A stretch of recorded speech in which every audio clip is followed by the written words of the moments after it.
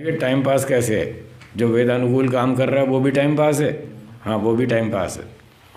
कैसे time pass है, एक दृष्टांत सुनाता हूँ, फिर आपको समझ में आएगा टाइम पास कैसे होता है। ये तीनों बातें दोबारा से बता दें। हाँ, फिर से सुन लीजिए। जो व्यक्ति वेद विरुद्ध कार्य करता है वो टाइम बर्बाद कर रहा है। जैसे सिगरेट पीना, शराब पीना, बीड़ी पीना, जुआ खेलना, चोरी करना, ये वेद विरुद्ध आचरण है। ये सारा टाइम बर्बाद हो रहा है। और जो वेदानुकूल कार्य करता है, यज्ञ करता है, दान देता है, फैक्ट्री लगाता है, कारखाना चलाता है, पैसे कमाता है, सब अच्छे अच्छे काम करता है, पर उसको मोक्ष में रुचि नहीं है। ऐसे भी लोग हैं जिनको मोक्ष में कोई रुचि नहीं है। वो अपना पैसे कमाते हैं, खाते पीते हैं, मौज करते हैं, काम सारे ठीक ठीक करते हैं, चोरी नहीं करते, झूठ नहीं बोलते, ईमानदारी से पैसे कमाते हैं, न्याय से खाते पीते हैं, पार्टी में जाते हैं, डांस करते हैं, मज़ा करते हैं। तो ये वेदानुकूल कार्य कर रहे हैं, पर ये टाइम पास कर रहे हैं। और तीसरे वो लोग हैं जो अष्टांग योग का अभ्यास करते हैं, जिनका लक्ष्य मोक्ष प्राप्ति है, पूरी शक्ति लगाते हैं मोक्ष के लिए। वो समय का सदुपयोग कर रहे हैं, टाइम को यूज़ कर रहे हैं, वो सही लाभ उठा रहे हैं समय का। अब जो ये बीच वाले बताए टाइम पास वाले, ये टाइम पास क्यों कहा मैंने, इसको सुनिए। मनुष्य का जन्म संसार में हुआ, उसका मुख्य उद्देश्य क्या है मनुष्य जन्म का? मोक्ष प्राप्ति। इसीलिए तो आया ना। खाना पीना तो पशु भी कर लेते हैं, बच्चे पालना वो तो पशु भी कर लेते हैं। तो खाना पीना, बच्चे पालना, ये मनुष्य का मुख्य उद्देश्य नहीं है। कोई व्यापार चलाना, फैक्ट्री चलाना, संस्था चलाना, पुस्तक लिखना, कोई सामाजिक कार्य करना, ये कोई मुख्य उद्देश्य नहीं है, ये साधन है। मुख्य उद्देश्य है मोक्ष प्राप्ति। अब जो व्यक्ति मुख्य कार्य को नहीं कर रहा, मोक्ष प्राप्ति के लिए तो कोई योजना नहीं है, कोई उद्देश्य नहीं है, कोई लक्ष्य नहीं है, और बस खाना पीना और पैसे कमाना और थोड़ा दान वान दे देना, इस तरह के सांसारिक कामों में उलझा हुआ है, तो वो मुख्य कार्य नहीं कर रहा, गौण कार्य कर रहा है। तो जो मुख्य कार्य करता है वो ठीक समय का सदुपयोग कर रहा है, जो गौण कार्य करता है वो टाइम पास कर रहा है। ये टाइम पास कैसे हुआ, इसको समझने के लिए एक दृष्टांत देता हूँ, फिर आपको समझ में आएगा ये टाइम पास कैसे हुआ। तो एक व्यक्ति रेलवे स्टेशन गया है, मान लो उसको दिल्ली स्टेशन पर चला गया, उसको चंडीगढ़ जाना है। तो दिल्ली स्टेशन पर पहुंचा तो वहाँ जाकर देखा ट्रेन स्टेटस है, भाई ट्रेन 1 घंटा लेट है। घर से तो इंटरनेट पे देख के चला था ट्रेन राइट टाइम है, वो इस हिसाब से चला गया। अब वहाँ जाके पता लगा ट्रेन 1 घंटा लेट है।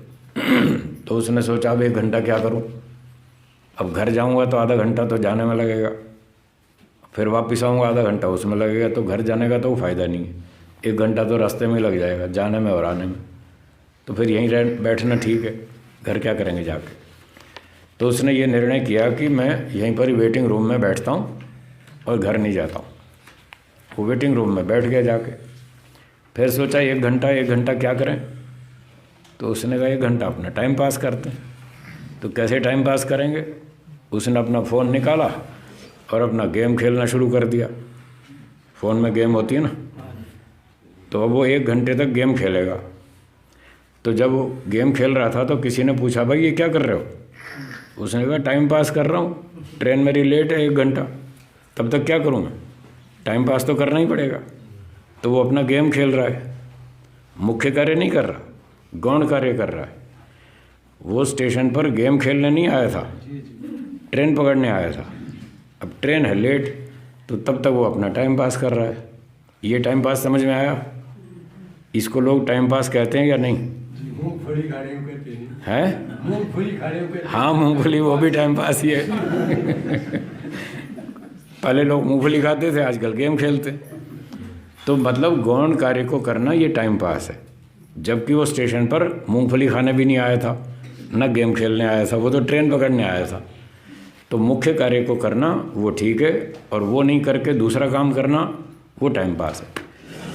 तो एक व्यक्ति आया संसार में, उसने जन्म लिया, स्कूल गया, गुरुकुल गया, पढ़ाई लिखाई की। अब उसका मुख्य कार्य क्या था? मोक्ष प्राप्ति। और मोक्ष प्राप्ति के लिए था अष्टांग योग। तो अष्टांग योग तो वो कर नहीं रहा, उसने तो कारखाना लगा दिया, फैक्ट्री लगा दी, 50 मजदूर रख लिए, खूब उत्पादन हो रहा है, माल बिक रहा है, पैसे आ रहे हैं, खा रहा है, पी रहा है, पार्टी में जा रहा है, दान भी दे रहा है, संस्थाओं में भी जा रहा है और सैर सपाटे में भी जा रहा है। ये मुख्य कार्य कर रहा है? क्या कर रहा है? ये गौण कार्य कर रहा है। तो जो गौण कार्य कर रहा है वो टाइम पास है। तो जो मोक्ष के लिए मेहनत नहीं कर रहा और दूसरे काम कर रहा है, चाहे वेदानुकूल हैं, वो सब टाइम पास है।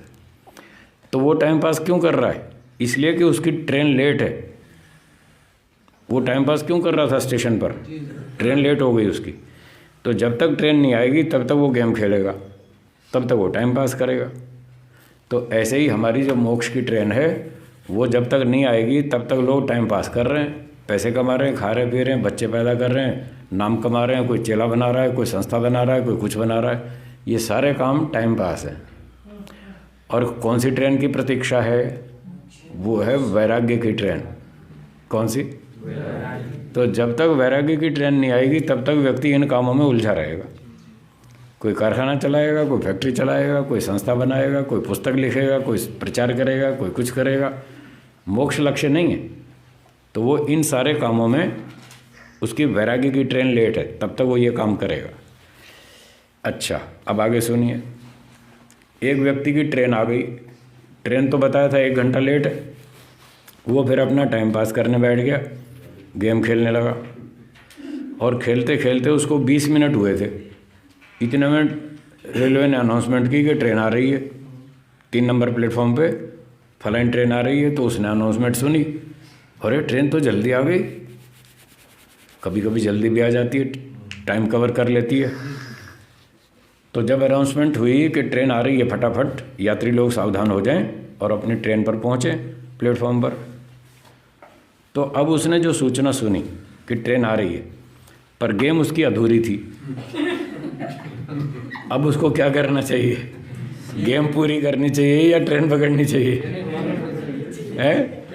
ट्रेन पकड़नी चाहिए। तो समझदारी क्या है? गेम को अधूरा छोड़ो, ट्रेन पकड़ो। तो एक आदमी ने शादी कर ली, 2 बच्चे पैदा कर लिए, वो अपना टाइम पास कर रहा था। और वैरागी की ट्रेन तो अभी 50-55 में आएगी, उसकी ट्रेन जल्दी आ गई, 35 में ही आ गई। अब वो अपनी ट्रेन पकड़ेगा या बच्चे पालेगा? क्या करेगा? वो ट्रेन पकड़ेगा। वो 32-35 में ही घर छोड़ के भाग जाएगा। वो कहेगा मेरी ट्रेन आ गई है, गेम वेम छोड़ो, मैं तो ट्रेन पकड़ूंगा अपनी। तो महात्मा बुद्ध की ट्रेन जल्दी आ गई, इसलिए वो अपनी गेम अधूरी छोड़ के भाग गए और उन्होंने ट्रेन पकड़ी। महर्षि दयानंद की ट्रेन जल्दी आ गई, उन्होंने अपनी गेम छोड़ दी और फटाफट ट्रेन पकड़ ली।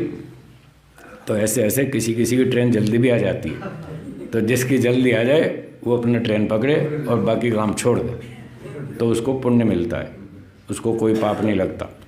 तो इसलिए महर्षि ने लिखा, जिस दिन वैराग्य प्राप्त हो उस दिन व्यक्ति संन्यास लेवे। ब्रह्मचर्यादेव वा, गृहाद वा, वनाद वा, 3 ऑप्शन है।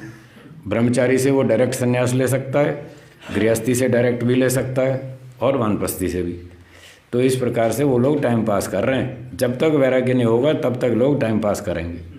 करो, देखो, संसार का अनुभव करो। मैंने बताया था ना, प्रत्यक्ष परीक्षण करने पड़ेंगे, बिना परीक्षण किए समझ में नहीं आएगा। तो इन परीक्षणों से, एक्सपेरिमेंट्स करने से ही हमको समझ में आएगा कि संसार में कुछ नहीं है, थोड़ी देर का सुख है। और जब समझ में आ जाए तो फिर आगे निकल लो, वैरागी की ट्रेन में सवार हो जाओ। फिर दुनिया कुछ भी बोलती रहे, बोलने दो, उसकी परवाह मत करो। जैसे महात्मा बुद्ध ने कोई चिंता नहीं की। उस समय भी कुछ लोग तो बोले ही होंगे, जब वो छोड़ के भाग गए, पत्नी बच्चे को छोड़ के भाग गए, तभी कुछ लोगों ने तो विरोध किया ही होगा। ऐसे ही स्वामी दयानंद का विरोध भी हुआ, उनके घर के लोगों ने ही विरोध किया।